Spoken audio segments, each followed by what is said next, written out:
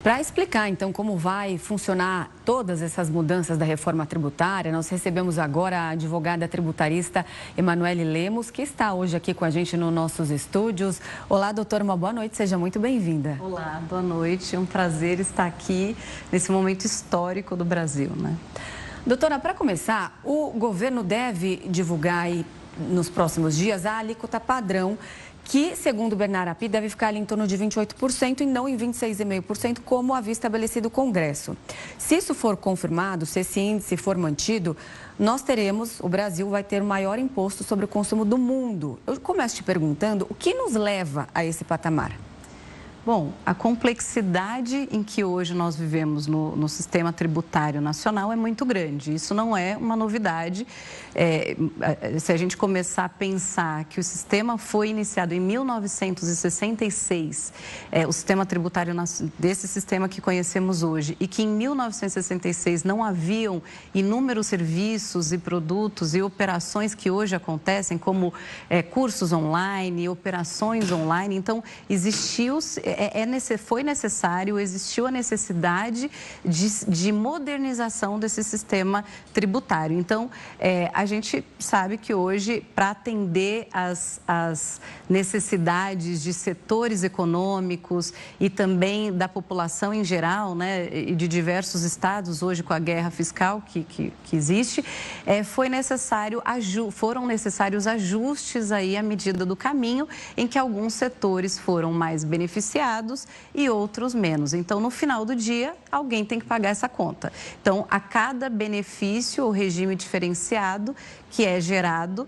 que foi dado, a alíquota padrão foi aumentando. E hoje a gente tem aí a previsão da maior alíquota do mundo. Então, a gente já começa na frente de praticamente 170 países. Pegando esse gancho aí, até para explicar para as pessoas, por que a gente fala esse número, 28%?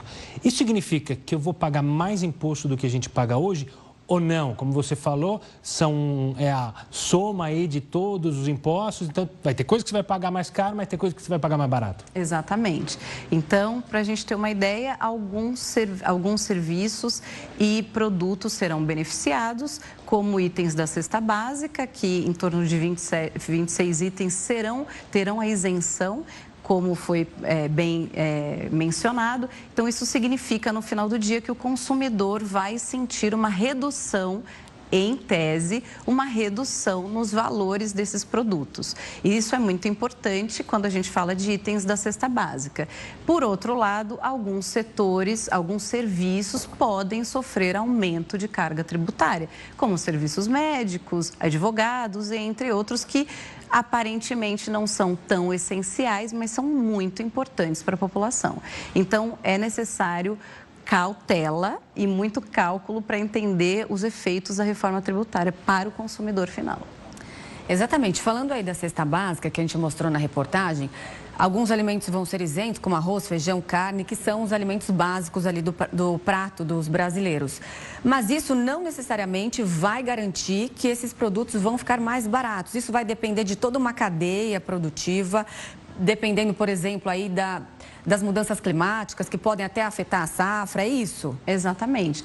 Porque, se a gente fizer uma analogia, uma reforma, né, o primeiro passo é um planejamento. Então, entender o que precisa ser alterado, e foi o que aconteceu. Então, a gente teve aí o veto presidencial. Isso significa que, então, realmente teremos uma reforma tributária que ela vai iniciar a partir de 2026, com alíquotas testes para quem está em conformidade. Então, aí fica um recado muito importante para as empresas, a importância de olharem a sua conformidade, os seus cálculos, porque quem estiver em compliance pode ser que não precise declarar e demonstrar nesse primeiro momento a alíquota teste. Mas no decorrer de qualquer reforma, a gente vai vendo aí se os custos vão aumentando ou diminuindo. Então, de fato, a gente espera uma redução, mas nem a alíquota final a gente tem, né? Então, pode ser que aumente, como pode ser para alguns setores, como pode ser que, de fato, tenha essa redução no bolso do brasileiro com esses produtos básicos. E para a gente também ficar bem claro, para quem está assistindo, o contribuinte, foi sancionada, começa a partir de 2026, mas não quer dizer que começa a 100%, ou seja, há um processo de adaptação. Esse processo de adaptação tem uma noção de quanto vai demorar, doutora? Sim. Isso é muito importante porque é uma mudança estrutural enorme no Brasil. A gente hoje vive uma colcha de retalhos, né? Imaginem várias caixinhas e que essas várias caixinhas têm leis diferentes, cálculos diferentes e declarações diferentes. Agora a gente vai passar a ter uma caixa maior em que as bases, as regras são únicas, né? Quando se fala de CBS e IBS, e para o imposto seletivo também terá uma outra caixa. Então, fica muito mais simples para você gerir e entender o sistema tributário nacional. E a gente percebe que tem muitos setores da economia que estão preocupadíssimos, né? Como setores de serviço que, em tese, pode ser que haja um aumento de carga. Então, há uma preocupação muito grande que esse processo de 2026 até final de 2032, a gente vai sentindo, de fato, os efeitos dessa reforma. Mas não começa efeito econômico de aumento de carga ou diminuição de carga em 2026. É somente um teste e, a partir de 2027, aí sim, a gente tem uma mudança muito importante, que é o fim do PIS e COFINS e o estabelecimento do CBS. Então, aí as empresas já precisam estar bem mais preparadas.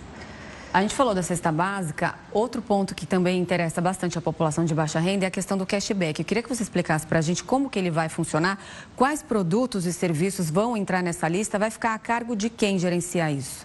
Bom, o cashback é a devolução de alguns produtos, a gente ainda não sabe quais, a gente acredita aí que produtos essenciais serão devolvidos parte desse tributo para a população de baixa renda que está cadastrada no cadastro único, né?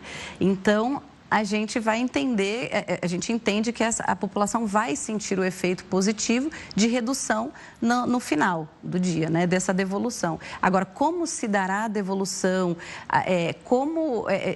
como será essa fiscalização, se de fato as pessoas que estão cadastradas, enfim, elas estão recebendo em que periodicidade.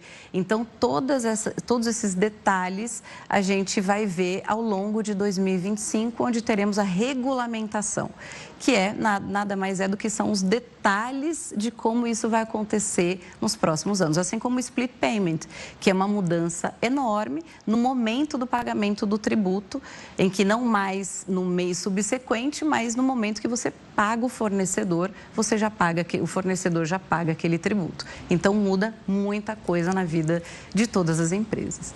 Doutora, quero falar da classe média e em especial de algo que afeta muito o bolso da classe média, que são os medicamentos.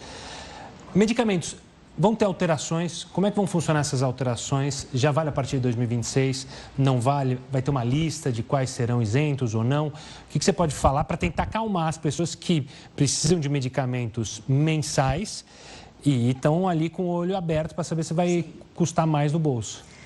Sim, nós vemos que alguns produtos, alguns medicamentos já têm a alíquota reduzida, já vem com regimes beneficiados, redução de alíquota, assim como alguns setores têm redução da alíquota em 60% ou 30% ou isenção total. Então, para produtos essenciais como medicamento, a gente sabe que alguns têm.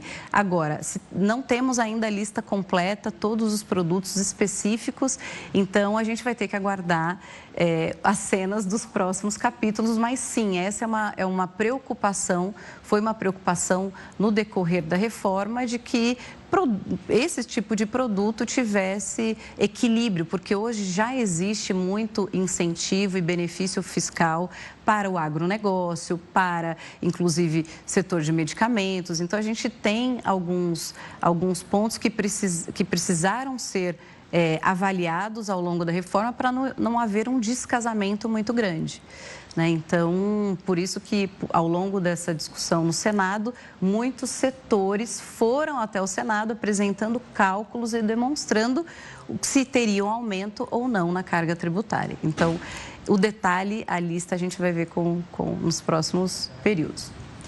Doutora, hoje o ministro da Fazenda, Fernando Haddad, disse que a equipe econômica deve apresentar agora, em 2025, nessa segunda etapa da reforma tributária, o projeto da reforma sobre a renda. A gente está falando da reforma tributária sobre o consumo, agora sobre a renda. Ele disse que será preciso corrigir muitas distorções, principalmente buscando fazer justiça. Eu te pergunto quanto essa medida é necessária e o que ela pode trazer.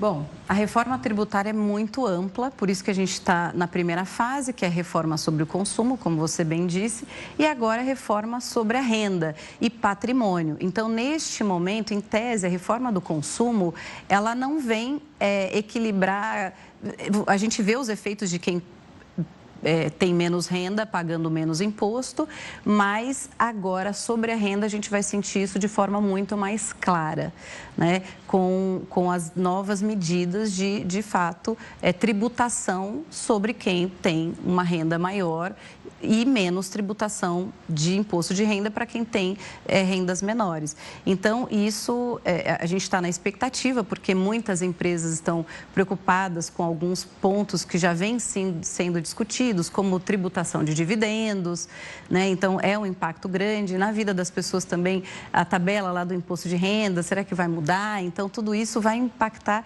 diretamente a vida das pessoas. Porém, a gente precisou fazer em etapas, né? Então, primeiro consumo, e a gente acredita aí que para os próximos meses a gente, de fato, já tenha mais detalhes da reforma sobre a renda e patrimônio. Doutora, você falou um pouco sobre empresa, eu queria falar sobre dois aspectos. Das empresas grandes, essa reforma tende a diminuir aquele setor imenso de funcionários só para lidar com tributação de empresas que operavam no Brasil inteiro, que também tinham ligações fora do país. Isso tende a diminuir, fica mais fácil para elas. E o segundo ponto, para empresas, esse novo setor criado, nanoempreendedores. O que significa de fato e qual que é o benefício que eles terão? Sim. Bom, quando a gente fala de mudança para as empresas, isso vai acontecer de forma geral. Agora, os efeitos para uma empresa menor, simples nacional ou nanoempreendedor, terão regimes preservados em que pagarão, em tese, menos impostos, né? Claro que tudo precisa fazer, não menos impostos, mas a carga seria menor. Então, é claro que precisa haver um cálculo, por isso que eu falo muito para os meus clientes e para as pessoas, é importante fazer cálculo. Casa de ferreiro, espeto de pau. Porque no meu caso, eu fui fazer um cálculo recente e eu percebi que eu estava pagando mais imposto do que eu deveria por estar no Simples Nacional. Então, isso é possível. É importante que as empresas entendam se ela está no regime correto. Não necessariamente o Simples vai te trazer uma carga tributária menor. Porém, o Simples será preservado, alguns programas como a Zona Franca de Manaus também será preservada. Agora, outros regimes terão um impacto maior e aí você me perguntou sobre o time. Isso é um ponto muito interessante. Eu acho que é o melhor momento para qualquer tributarista, porque nós hoje temos profissionais especializados em determinados tributos que vão acabar. Então, especialistas em PIS e COFINS, especialistas em ICMS, ICMS-ST, isso vai acabar. Então, as pessoas precisarão se adequar e reaprender o sistema tributário também. Mas vai ficar muito mais simples. Ao invés de você entender da legislação de 26 estados mais o Distrito Federal, você vai entender de uma legislação. Então, naturalmente, todo o sistema melhora, simplifica, tanto para o investidor de fora que não entende o sistema brasileiro, como também para quem opera o direito tributário ou o tributário no geral nas empresas. Então, a tendência é, sim, de uma simplificação e transparência, tanto para o consumidor final, que vai entender o que ele está pagando de imposto, que hoje cada produto tem uma tributação diferente, assim, manicômio, agora teremos uma alíquota única. Enfim, tem pormenores, né, que os estados e municípios poderão aí ajustar, porém a gente tem uma alíquota de referência. Tá certo, nós conversamos com a advogada tributarista Emanuele Lemos. Doutora, muito obrigada pela sua participação aqui no Jornal da Record News. Está convidada a voltar numa próxima. Até mais. Até mais. Obrigada.